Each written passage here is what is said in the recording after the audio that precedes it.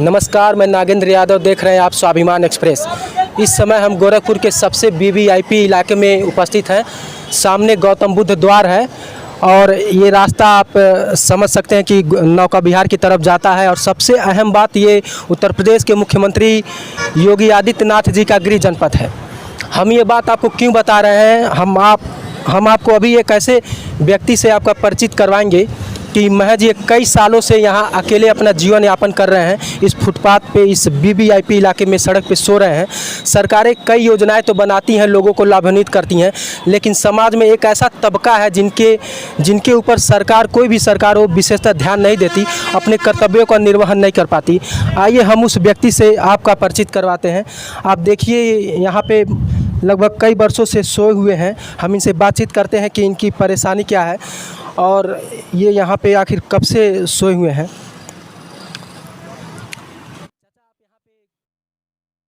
कितने महीनों से हैं? हो गया करीब 15-20 साल। 15-20 साल।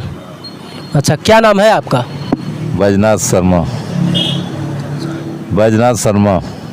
तो यहाँ पर मतलब लेटे हुए क्यों हैं? आपका परिवार या अपने परिवार में नहीं जाते हैं? परिवार में जाते हैं, चले आते हैं। हाँ। कहाँ घर है आपका? इधर है देवरिया। देवरिया में? तो यहाँ पे रहते हैं तो खाते पीते क्या है? आपका जीविकोपार्जन चलता कैसे होगा? होटल से आता है खाना। अच्छा, होटल से आता है। कौन लाता है? हाँ, कमाते हैं तो चलाएंगे, नहीं तो कैसे काम चलेगा। कौन लाता है आपके लिए? हाँ, खाना लाता कौन है आपके लिए? होटल वाले लाते हैं। अच्छा, होटल को पैसा दिया जाता है तो लाएगा कौन? तो आप कुछ काम वगैरह करते हैं? हाँ, मिस्त्री काम करते हैं। अच्छा, मिस्त्री का काम करते हैं और खाना खाने के लिए होटल से मंगवाते हैं। हाँ, इसीलिए क्या किया जाए। तो यहाँ पे जैसे कि आप 20 सालों से लेटे हुए और मिस्त्री का काम करते हैं, क्या मतलब जैसे मुख्यमंत्री योगी आदित्यनाथ का गृह जनपद है, कोई मतलब ध्यान दिया जा रहा है आपके ऊपर प्रशासन के द्वारा या किसी के भी द्वारा? तो उससे क्या लेना देना है? उससे लेना देना कुछ नहीं होगा। अब हमको हाथ में वही हम जान रहे हैं तो वही ना करेंगे, कमाएंगे, और कौन कमाई होगा। कमाते हैं। यानी अपने घर नहीं जाते हैं आप? हाँ, आते हैं तो 1 दिन 2 दिन रुकते हैं, तीसरे दिन चले जाते हैं। तो दिन भर आप यहाँ लेटे रहते हैं और मिस्त्री का काम कब करते होंगे? हाँ? आप दिन भर यहाँ पे लेटे रहते हैं और मिस्त्री का काम कब करते होंगे? दिन भर मुआ जब लगेगा तो करेंगे, दिन में दिन को होता है बस। कोई दिक्कत है नहीं। और मतलब आपके परिवार को वहाँ पे तो राशन मिलता ही होगा, और यहाँ पे जैसे सरकारों द्वारा या किसी समाज सेवी द्वारा आपकी कोई मदद की जाती होगी? हाँ, अपने पैसे कमाते हैं, अपने पैसे से खाते हैं। थोड़ा बैठ जाइए चाचा, थोड़ा सा, चेहरा दिख नहीं रहा है आपका।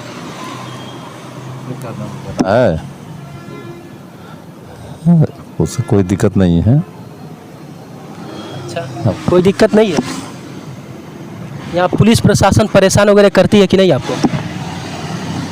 हम देखिए, ऐसा है कि जो लोग हैं, पुलिस, दरोगा, एसपी, कलेक्टर, डीएम, हम नहीं किसी को समझते हैं कुछ। हम गलत काम नहीं करेंगे तो हमारा कुछ नहीं कोई बिगाड़ सकता है। हमारा ये बात है। ये बात तो सही कह रहे हैं आप, गलत काम नहीं करेंगे तो कोई बिगाड़ नहीं सकता, लेकिन आप भी किसी को कुछ समझते नहीं हैं। हाँ? ना ना नहीं, काफ़ी मतलब मांगेंगे नहीं 5 रुपया तो मांग समझेंगे क्या? जब हम कमा रहे हैं खुद को अपना काम चला रहे हैं तो फायदा क्या उससे है? किसी से मांगने से कोई ज़रूरत भी नहीं है। ये तो बहुत अच्छी सोच है आपकी। तब वही नहीं, बेइज्जती नहीं होती है, बार बार झूठ मूठ के नीति करना तो ये अच्छा नहीं लग रहा है।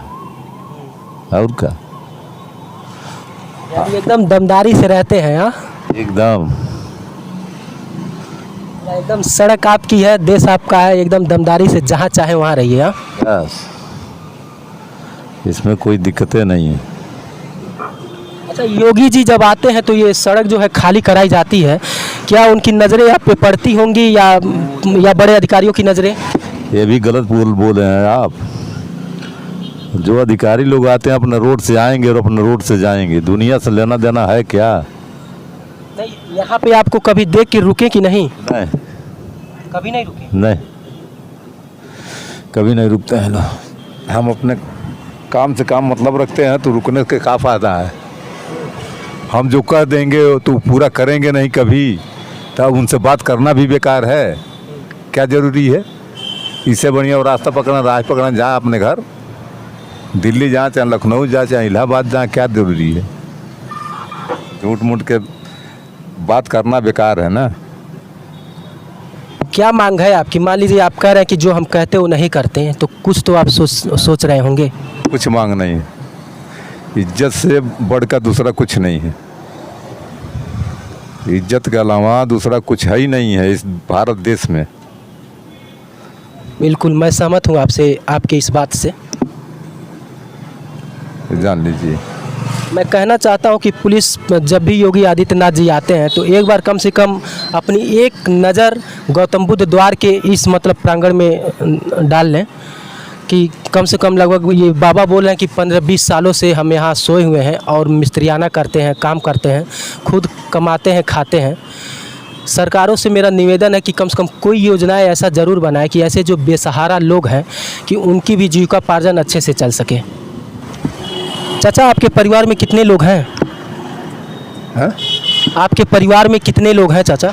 हाँ, हम अकेले हैं और कोई नहीं।